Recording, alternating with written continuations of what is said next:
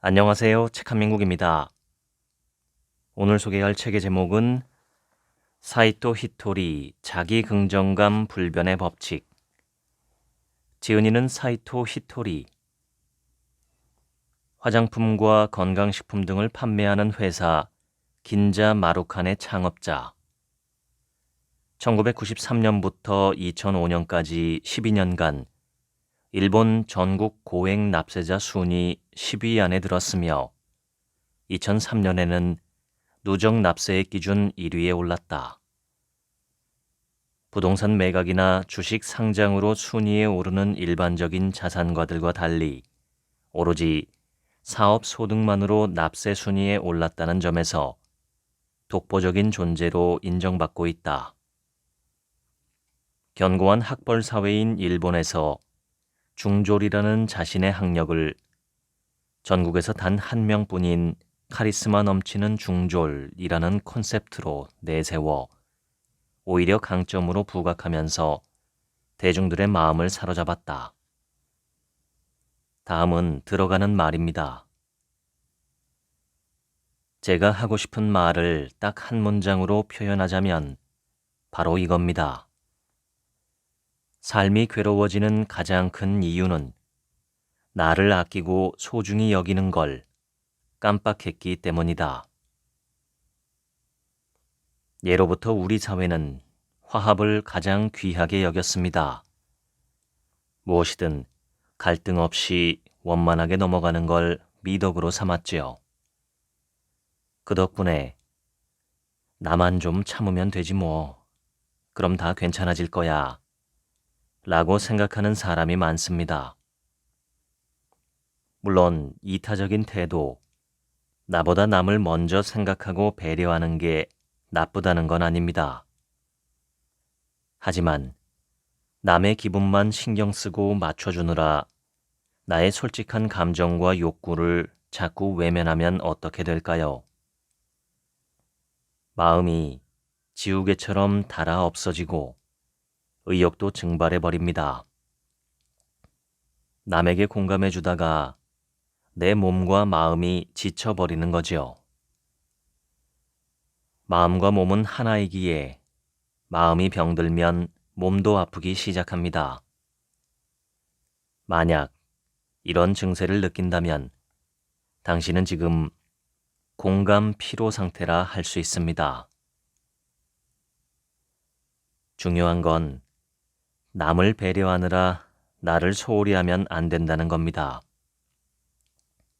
내가 힘들어 죽겠는데 어떻게 남을 도울 수 있겠어요? 내가 나를 사랑하지 않는데 어떻게 남을 사랑할 수 있겠습니까? 그것은 불가능한 일입니다. 곳간에서 인심난다는 속담이 있습니다. 내가 어느 정도 넉넉해야 남을 동정하고 도울 수 있다는 뜻이지요. 사람은 원래 나를 먼저 채워야 비로소 남도 채울 수 있습니다. 달리 말하면 내가 만족해야 남도 만족시킬 수 있다는 말이지요. 그러니까 내가 먼저 행복해야 합니다. 이것이 우리 삶에서 가장 중요한 일입니다. 본문을 읽겠습니다. 살다 보면 하고 싶은 일이나 좋아하는 것을 하나씩 포기하게 되지요. 나의 진짜 마음을 외면하면서 내가 하고 싶은 일, 좋아하는 일을 하나둘씩 놓아버리는 대신에 참을성을 기릅니다. 그렇게 살다 보면 어느새 참고 참고 또 참는 인생을 보내게 됩니다. 그런데 알고 있나요? 참기만 하면 점점 더 불행해진다는 사실을요. 참아야 한다는 생각은 의외로 나만의 착각일 수도 있습니다. 막상 실천해보면 알겠지만 세상의 상식이나 관습을 거슬러도 별로 큰일이 일어나진 않습니다. 오히려 참지 않고 하고 싶은 대로 했을 때 삶에 대한 만족감이 훨씬 더 높아집니다. 좋아하는 것을 포기할 필요는 없습니다. 하고 싶은 일이 있다면 마음껏 해보세요. 참는 건 그만하고 당신이 좋아하는 것을 하나둘씩 늘려가면서 나 자신을 만족시키는 일에 집중하세요. 지금 먹고 싶은 것을 먹고 갖고 싶은 것을 사세요. 물론 내가 할 수 있는 범위 안에서 말이죠. 내가 하고 싶은 대로 하면서 살수록 일상은 반짝반짝 빛날 겁니다. 나를 아끼고 사랑해 주세요. 그래야 마음이 건강해지고 힘이 나니까요. 나를 만족시키는 일은 결국 주변 사람을 만족시키는 일입니다. 그건 곧 세상에 기여하는 일이기도 하지요. 모든 일의 기준은 바로 내 마음입니다. 내가 내 마음을 만족시키는 일만큼 세상을 이롭게 하는 일은 없다는 걸 잊지 마세요. 나를 아끼고 사랑하는 방법에는 두 가지가 있습니다.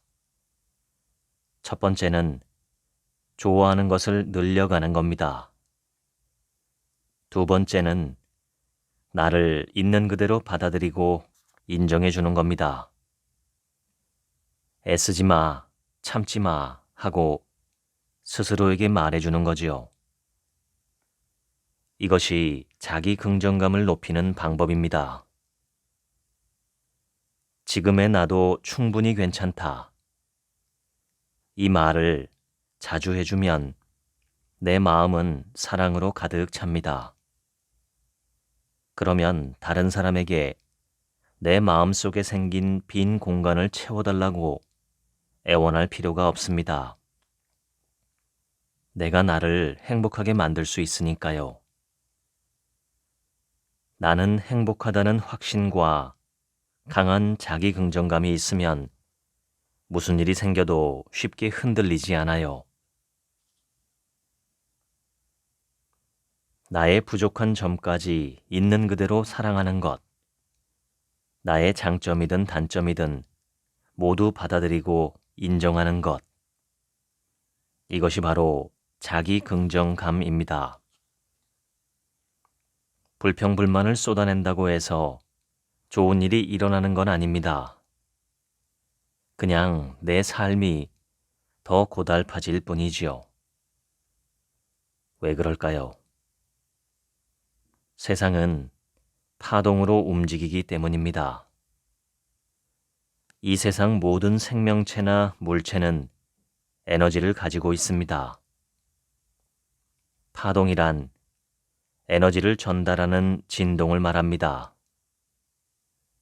비슷한 파동은 서로를 끌어당기고 다른 파동은 서로를 밀어내는 성질이 있지요. 당신이 어떤 파동을 내보내느냐에 따라 당신이 처한 현실도 달라집니다. 사람은 매 순간 에너지를 발산하는데 그와 동일한 에너지가 다시 자신에게 돌아오기 때문입니다. 자기 긍정감이 높은 사람은 항상 자신을 사랑합니다.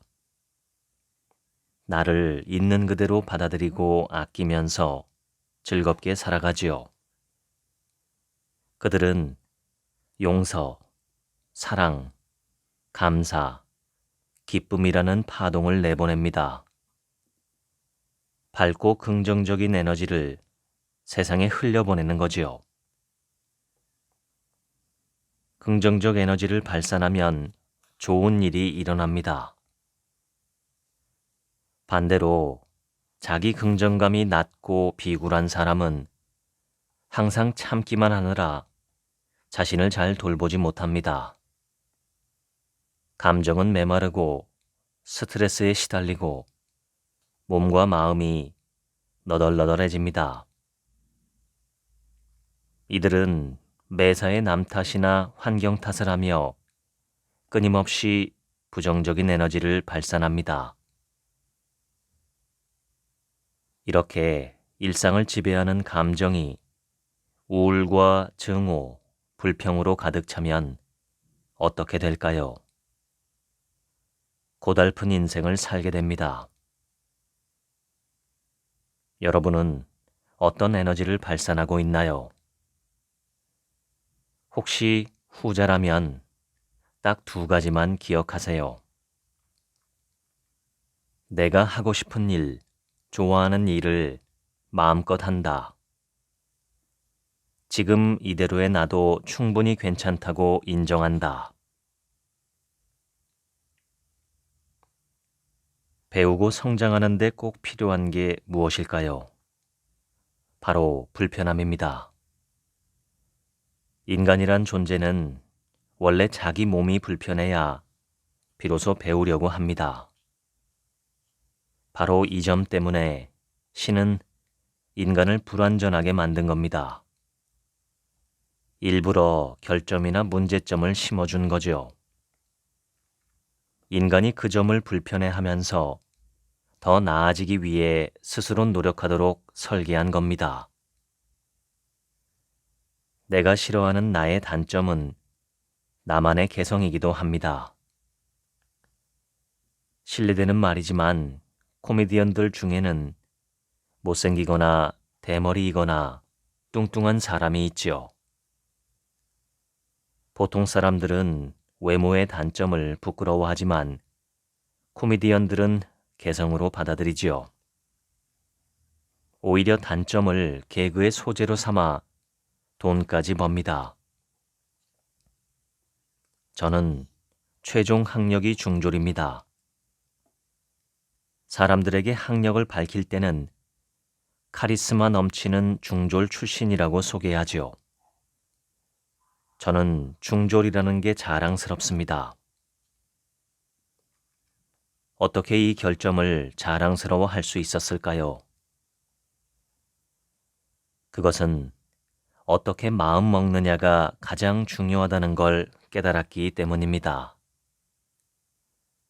최종 학력이 중졸이라는 사실은 변하지 않지만 그것을 바라보는 나의 관점은 바꿀 수 있거든요.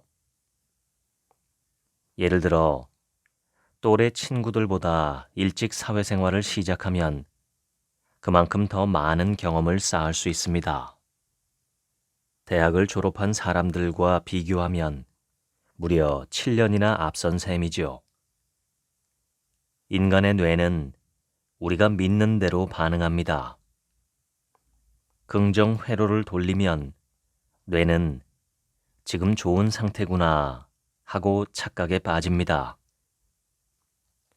아, 최종 학력이 중졸이라는 건 완전 이득이구나.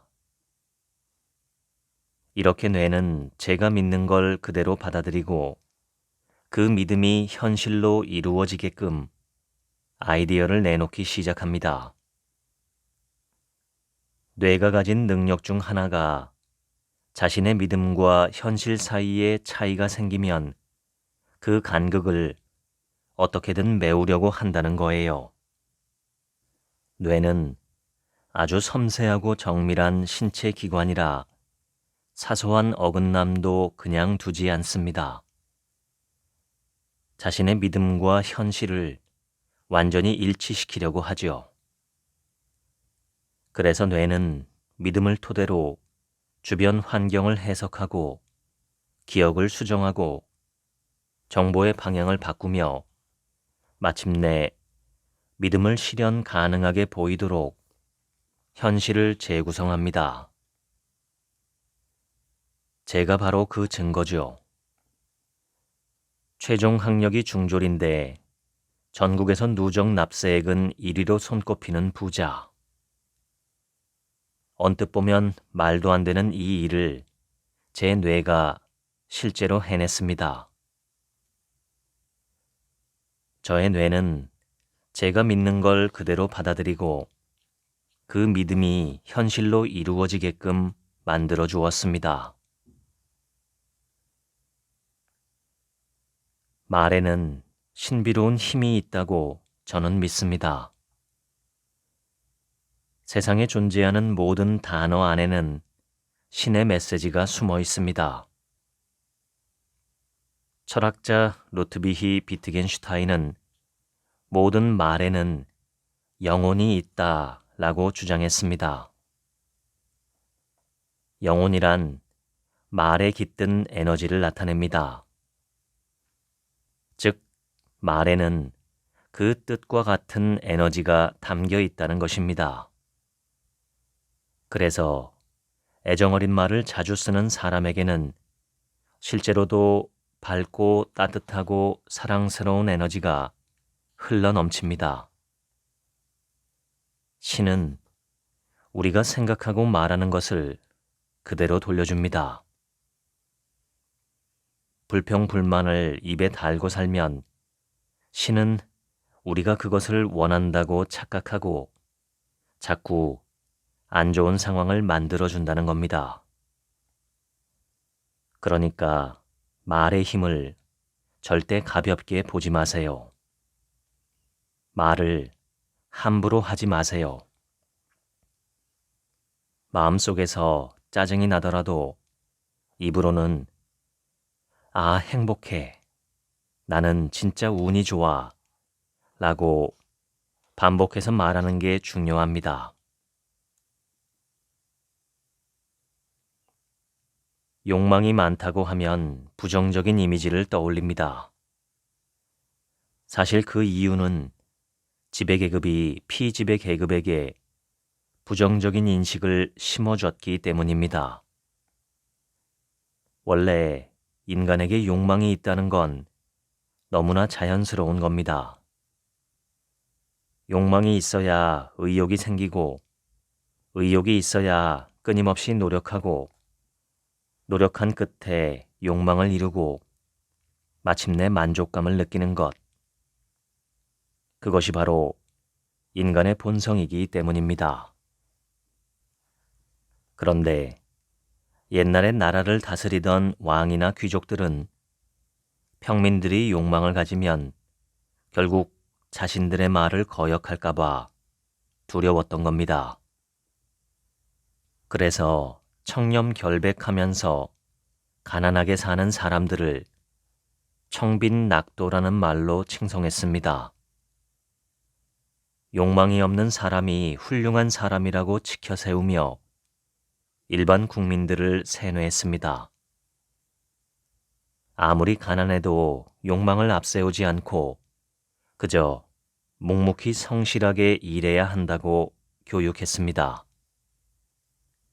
한마디로 지배계급의 농간이지요. 자신들의 기득권을 유지하기 위해 수작을 부린 셈이에요. 너무 오랜 시간 동안 날조된 거짓말이 퍼지다 보니 지금까지도 그런 사회적 분위기가 남아 있습니다.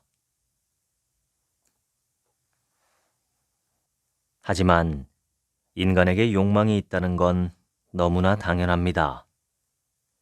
신이 처음부터 그렇게 만들었으니까요. 유쾌한 욕망이 많은 사람일수록 삶의 질이 높습니다. 그런 사람이 많아질수록 세상은 더 풍요로워집니다. 유쾌한 욕망은 올바른 이기심이자 정당한 욕심입니다. 저는 어릴 때부터 몸이 약해서 잔병치레가 끊이지 않았습니다. 워낙 허약 체질이었기 때문에 조금이라도 건강해지고 싶다라는 욕망이 생겼고 그 덕분에 건강식품에 관심을 갖게 됐습니다. 그래서 회사를 차리고 즐겁게 일하다 보니 어느새 일본에서 누적 납세액 1위로 손꼽히는 부자가 되었죠. 제 인생에서는 잔병치레라는 숙제가 꼭 필요했던 셈입니다. 잔병 치레 때문에 생긴 욕망을 이롭게 활용한 덕분에 지금 행복하게 살고 있으니까요. 여러 번 병원에 입원하다 보니 흥미로운 점도 발견했습니다. 입원하면 다양한 환자들을 만나는데 그들을 보면서 인간은 욕망에 참 솔직하다는 걸 깨달았습니다. 재활 치료를 받을 때 아리따운 여성 간호사가 함께하면 남성 환자들은 갑자기 의욕이 넘칩니다. 사랑하는 아내나 여자친구가 있는 환자는 의사가 무리하지 말라고 해도 재활 치료에 몰두합니다. 유쾌한 욕망은 정말 대단하지 않나요? 유쾌한 욕망이 많은 사람일수록 외모도 젊고 에너지도 넘쳐 흐릅니다. 그런 욕망이 없는 사람은 부쩍 늙어 보이고 인간적인 매력도 없습니다. 그러니 욕망은 절대 나쁜 것이 아닙니다. 욕망은 살아있는 에너지이자 매력 그 자체입니다. 인생에는 무수한 선택지가 있습니다. 나 자신을 진심으로 아끼고 사랑한다면 어떤 길을 선택하든 잘못될 리가 없습니다. 두려워하지 말고 진정으로 내가 원하는 삶을 사세요. 그래도 괜찮습니다. 결코 어렵지 않으니까 오늘부터 실천해 보세요. 억지로 남을 따라하지 말고 나답게 살아가세요. 인생에서 힘든 일 같은 건 일어나지 않습니다. 일부러 우리를 괴롭히려고 생기는 일은 사실 하나도 없습니다. 힘들다는 말은 배우고 성장하고 있다와 동의어입니다. 산다는 것은 어쩌면 끊임없이 배우고 성장하는 과정이 아닐까요? 우리가 겪는 고난과 역경은 사실 고통이 아니라 배우고 성장하는 과정일 뿐입니다. 나에게 뭘 가르쳐 주려고 이런 일이 생긴 걸까? 이렇게 생각하고 있는 그대로 받아들이면 문제는 더 이상 풀지 못할 문제로 남아있지 않습니다. 저에게도 여러분과 똑같이 말 못할 고민거리나 골치 아픈 문제가 아주 많이 있습니다. 다만 저는 그 어떤 안 좋은 일도 배움의 기회로 바꿔서 생각하는 습관이 있을 뿐입니다. 이런 마음가짐을 갖고 있기 때문에 문제가 생겨도 당황하지 않고 많이 힘들어하지도 않습니다. 고백하자면 저는 꿈속에서도 이런 말을 되냅니다. 악몽을 꾸면서도 이건 길몽이야. 분명 좋은 일이 생길 거야. 라고 말이죠. 꿈은 그냥 꿈일 뿐이지 현실이 될 수는 없습니다. 그러니까 안 좋은 꿈을 꾸더라도 괜히 의미를 부여하며 스스로를 괴롭히지 마세요. 악몽을 꿔서 나쁜 일이 생기는 게 아닙니다. 나쁜 일이 생길지도 모른다고 내가 불안해하기 때문에 실제로 안 좋은 일이 일어나는 거예요. 무조건 나에게 좋은 쪽으로 해석하면서 괜찮아, 잘 됐어 하고 넘겨버리는 거죠. 이렇게 하다 보면 악몽을 꿔도 좋은 일이 생기더라고요.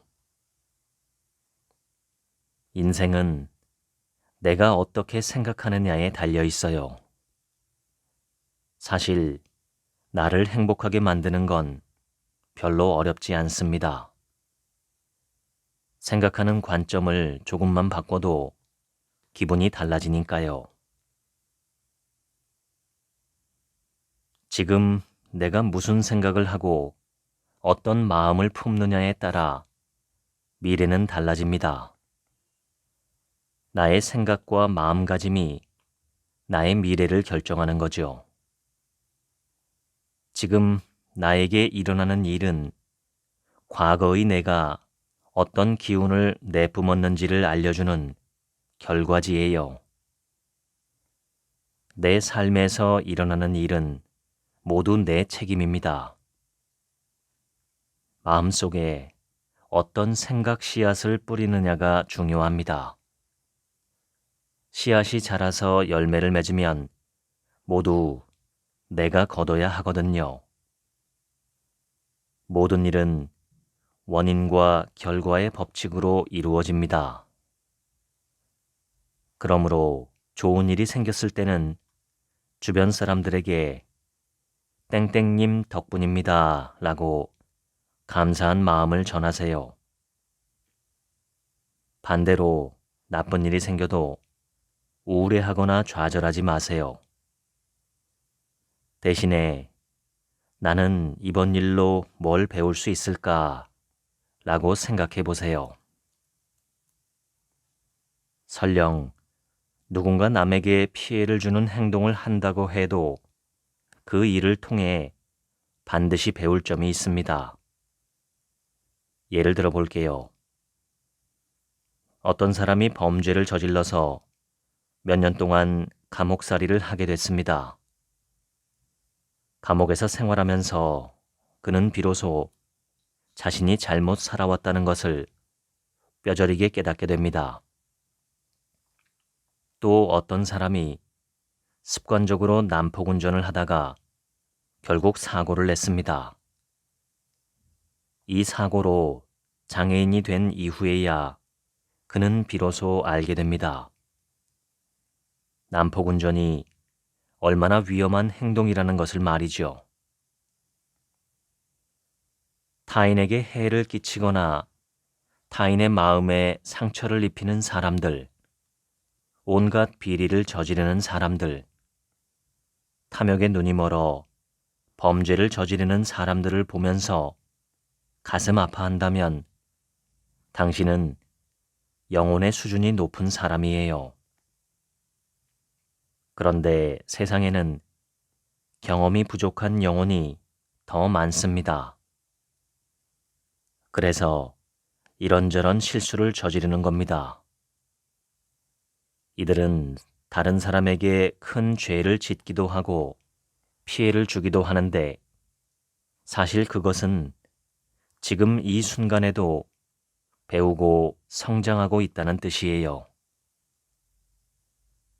당신도 지금은 인간을 이해하는 정도가 깊은 사람일지 모르지만 전생에는 엉뚱한 짓이나 큰 잘못을 저질렀을 수도 있습니다. 물론 저도 마찬가지입니다. 벌을 내리는 일은 전문가에게 맡기시고 당신은 그 사람을 특별히 미워하거나 그러지는 마세요. 당신이 할 일은 저 사람은 지금 배우고 있는 중이구나 하고 그저 관망하는 겁니다. 속으로 적어도 나는 저렇게 되지 말자 라고 되뇌면 끝입니다. 그 이상은 철저하게 무관심으로 일관하는 게 오히려 복수하는 길입니다. 만약 아무리 노력해도 이게 잘 되지 않는다면 어떻게 해야 할까요? 그러면 당신이 이번 생에서 수행해야 할 과제는 흔들리지 않는 마음을 배우는 것입니다.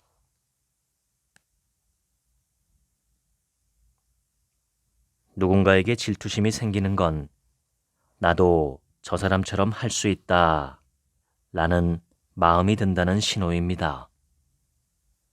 나도 그만큼 능력이 있고 잘할 수 있기 때문에 질투가 나는 겁니다.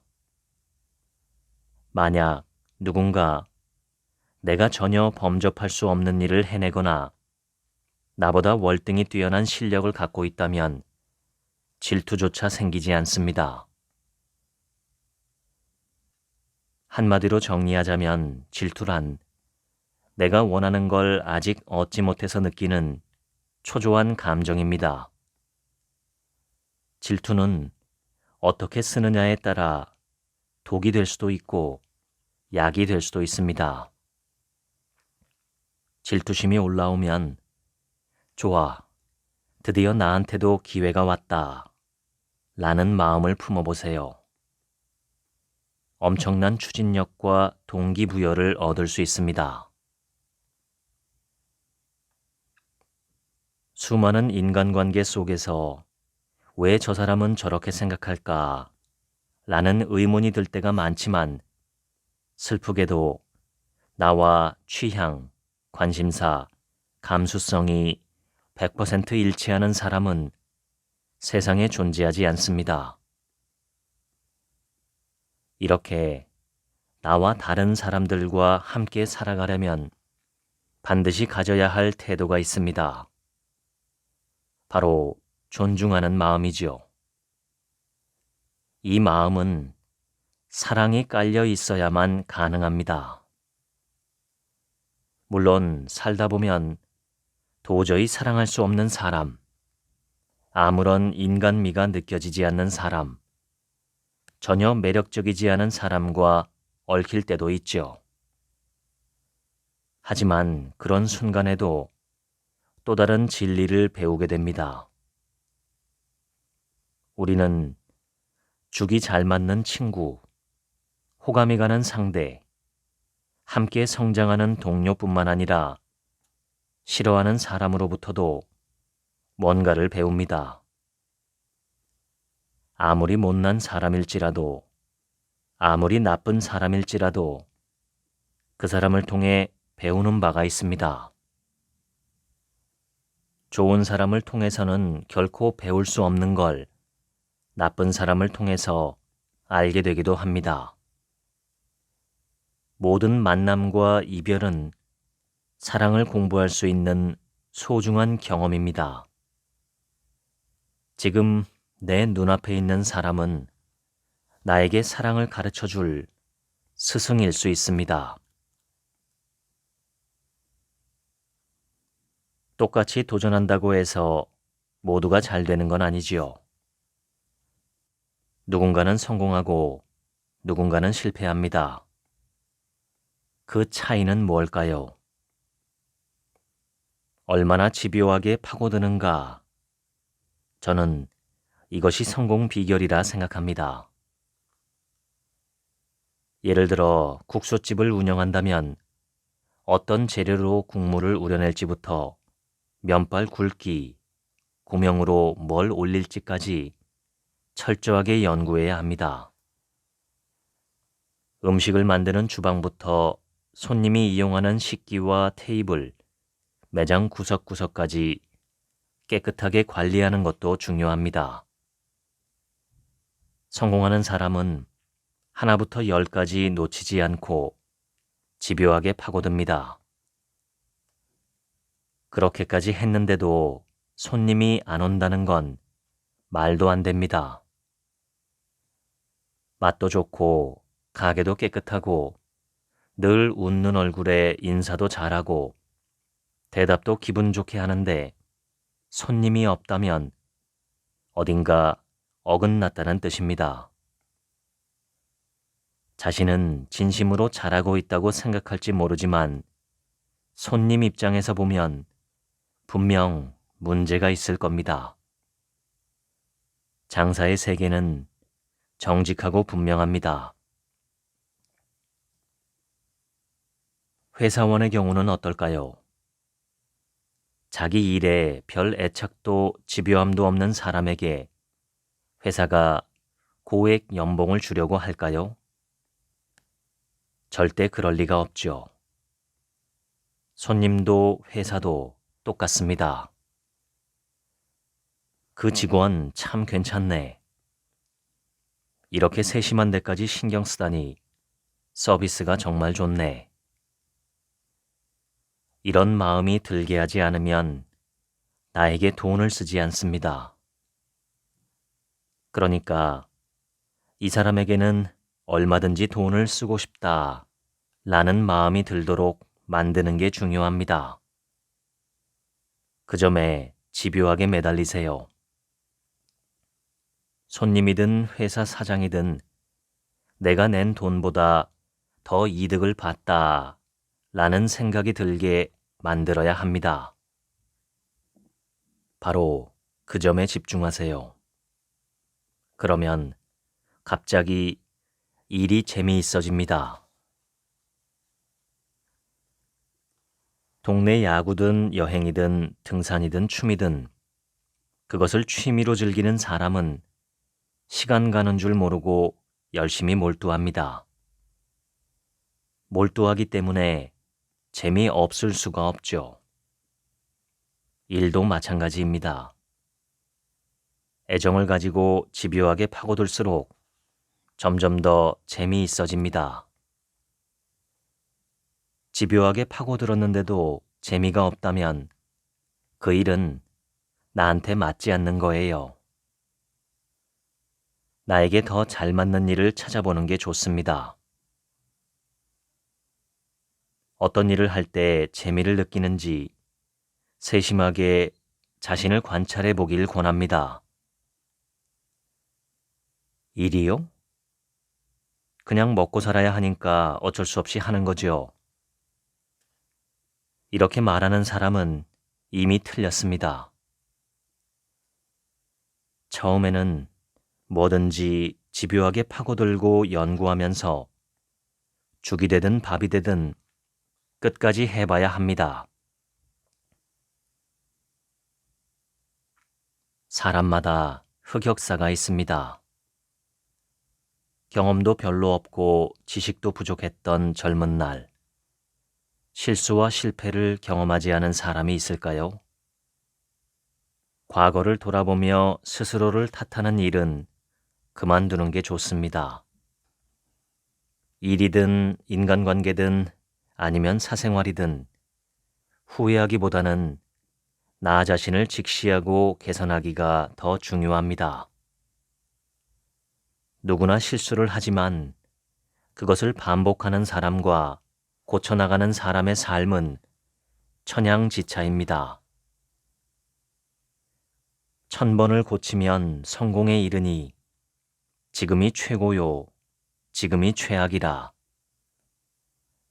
이건 제가 예전에 비즈니스 파트너들에게 읊어준 시 구절입니다. 시도해보고 잘 안 되면 고치면 그만입니다. 인생도 일도 끊임없이 새로운 것을 받아들이고 바꿔나가는 것이 정말 중요합니다. 한 가지 방식을 고집하는 게 아니라 100번이고 1000번이고 새로운 방식으로 고칠 각오를 하세요. 꾸준히 고치고 바꿔나가는 사람은 시간이 지날수록 더욱더 성장하고 발전합니다. 실수하고 실패해도 괜찮아요. 무조건 도전하고 배우고 고쳐나가세요. 모든 깨달음은 실패에서 나옵니다. 실패했기 때문에 그렇게 하면 안 되는구나 라고 깨달으니까요.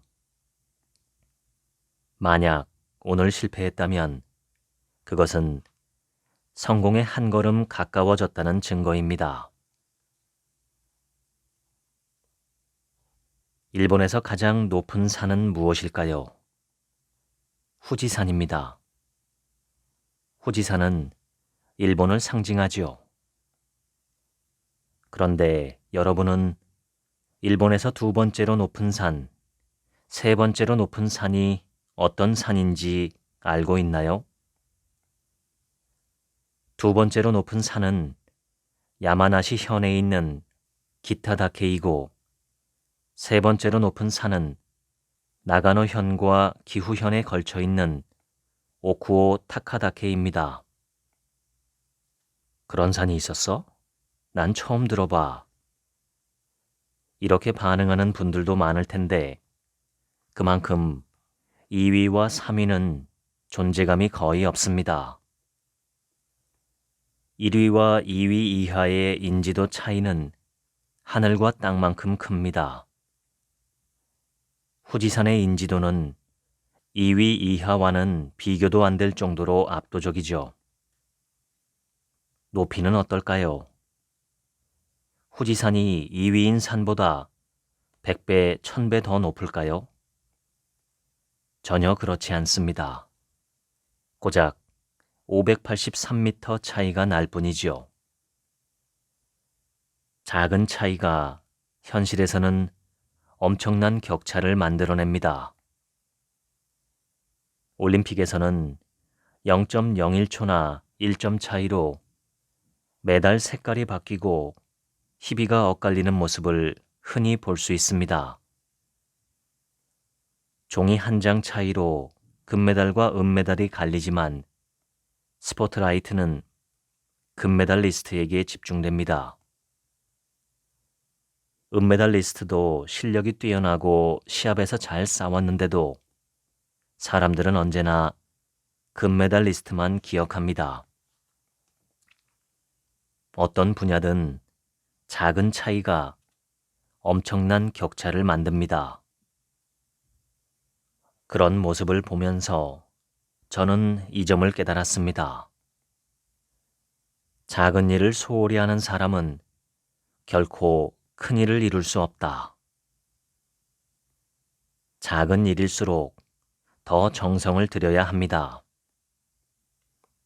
그런 사람이 결국 압도적인 매력을 발산하고 압도적인 인기를 얻고 압도적인 매출을 올립니다. 사람들은 거창한 계획이나 대단한 재능이 있어야 성공할 수 있다고 믿는데 그건 착각입니다. 성공은 아주 작은 차이를 끝까지 파고드는 데서 시작됩니다. 저는 절대로 직원들의 자존감을 꺾거나 자기 긍정감을 무너뜨리는 말이나 행동을 하지 않습니다. 오히려 직원들이 자기 긍정감을 높일 수 있도록 도와주는 역할을 하고 있습니다. 저는 누구에게나 하고 싶은 대로 하라고 일임하고 잔소리하지 않습니다. 그리고 누군가가 조금이라도 성장하거나 좋은 변화를 보이면 다 같이 모여서 축하하는 자리를 마련합니다. 물론 일을 하다 보면 어떤 직원에게 꼭 짚어줘야 할 점이 있죠. 그럴 때 저는 잠깐 제 방으로 좀 와주세요 라고 말해요. 그리고 아무도 없는 곳에서 조용히 이야기를 전달합니다. 이때 직원이 어떤 잘못을 했더라도 절대 혼내지 않습니다. 저는 지금까지 단 한 번도 직원들을 나무란 적이 없어요.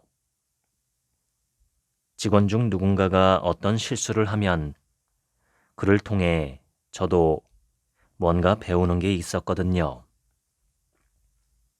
아, 이 부분이 헷갈리기 쉽겠구나. 다음에 이런 일이 생기면 한 번 더 확인해 봐야겠네. 이런 식으로 말이죠. 그래서 누군가 실수를 해도 짜증이 나는 게 아니라 오히려 고마울 뿐입니다. 실수를 알려주는 사람이 화를 내거나 한숨을 푹푹 쉬면서 지적질하면 그 말이 아무리 옳아도 속으로 반발심이 생길 겁니다. 실수한 그 내용보다 지적당할 때 느낀 불쾌감에 정신이 팔려서 무엇을 고쳐야 하는지 본질을 놓쳐버리는 거죠. 그러다 보면 같은 실수를 반복합니다. 그래서 저는 절대로 질책 같은 건 하지 않습니다. 누군가가 실수해서 회사에 손실이 생기더라도 길게 보면 이득이에요. 실수한 덕분에 우리는 배우고 성장할 기회를 얻었으니까요. 그러니까 화낼 필요가 전혀 없어요. 직원은 사장의 소유물이 아닙니다. 모든 사람은 자신만의 고유한 존엄을 갖고 이 세상에 태어났습니다. 직원을 무시하고 깔보는 사장은 직원에게 미움을 받습니다. 그리고 직원에게 미움받는 사장은 누구에게도 도움받지 못하지요. 제가 회사를 경영할 때 가장 중요하게 생각하는 건 사람의 마음입니다. 제 마음이 즐거워야 직원들도 즐겁고 직원들이 즐거워야 저도 즐거운 마음으로 일할 수 있습니다. 세상 모든 일은 나의 마음에서 시작되니까요. 어떤 일이 일어나든 그것을 좋은 일로 만드는지 나쁜 일로 만드는지는 나 자신에게 달려 있습니다. 밝은 면을 먼저 보느냐, 어두운 면을 먼저 보느냐, 딱 그 차이뿐이지요. 모든 일에는 반드시 밝은 면과 어두운 면이 공존합니다.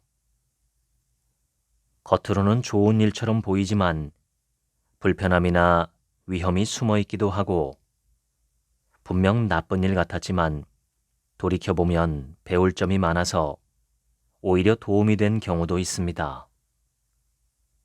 결국 내가 어떤 점을 먼저 보느냐가 중요합니다. 산다는 건 스스로를 끊임없이 단련하는 일입니다. 인생의 목적은 완벽해지는 게 아니라 경험을 통해서 배우고 끊임없이 성장하는 겁니다. 그러므로 나 자신을 소중히 여기면서 자기 긍정감을 북돋워 주세요. 그러면 어제보다 훨씬 더 괜찮은 나를 만나게 될 겁니다. 지금까지 사이토 히토리 자기 긍정감 불변의 법칙 읽어드렸습니다. 지금부턴 제 얘기입니다. 자기를 긍정하고 자기를 사랑하는 건 쉬운 일 같지만 많은 사람이 하지 못하는 어려운 일입니다. 오히려 나쁜 짓을 하며 사는 악인들은 자신을 쉽게 사랑하고 인정하는 듯합니다. 그러나 그것은 진정한 자신의 모습을 외면하고 모른 척하는 일종의 회피입니다. 진심으로 자신을 사랑하는 사람, 진심으로 자신의 인생을 긍정하는 사람들에게서는 어떤 독특한 아우라가 느껴집니다. 그 아우라는 여러 가지 특성을 가지고 있어서 한마디로 정의하기는 어렵지만 전반적인 분위기를 표현하자면 초연함입니다. 기쁜 일이 일어나도 방방 뛰어다니지 않고 슬픈 일이 일어나도 어두운 얼굴을 하고 있지 않습니다. 겉으로 봐서는 그 사람의 마음이 평온한지 흔들리고 있는지 알기 어렵습니다. 그런 사람은 자신의 삶에 만족하고 감사하기 때문에 오히려 그것을 바탕으로 크게 성장할 수 있는 기회를 만납니다. 부족하지만 충만하고 모자라지만 여유로운 태도가 그들의 트레이드 마크입니다. 살면서 이런 분들을 한 번쯤은 보신 적이 분명히 있을 겁니다. 저도 그런 분들을 종종 만나지만 그 초연함에서 느껴지는 에너지는 강인함입니다. 흔들리고 넘어질 수밖에 없는 인생에서 진정한 강인함은 아무리 넘어져도 반드시 다시 일어서는 오뚜기 같은 모습입니다. 그것이 오늘 소개한 책에서 말하는 자기 긍정감이고 자기 만족이며 유쾌한 욕망입니다. 세상의 모든 것은 있어야 할 이유가 있기 때문에 있는 것입니다.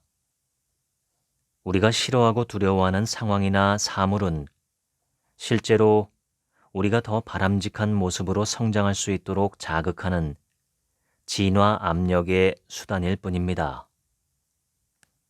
감사하게 받으면 세상에는 나쁜 것이 없습니다. 오늘 소개한 이 책의 주제를 한 문장으로 정리하자면 나를 아끼고 사랑하며 만족시켜야 행복하게 살 수 있다는 것입니다. 어찌 보면 당연한 말인데 그것을 지키며 살아가는 사람은 찾아보기가 어렵습니다. 저나 당신께서도 얼마든지 자신을 긍정하고 만족시키고 사랑할 수 있는 여지가 있습니다. 보려고 애써야 보이고 들으려고 애써야 들리는 것이 진실입니다. 마음을 다해 애써 보려 하지 않으면 보아도 보지 못하고 들어도 듣지 못하고 경험해도 알지 못합니다. 지금까지 책 한 민국의 하루치 생각이었습니다. 들어주셔서 감사합니다.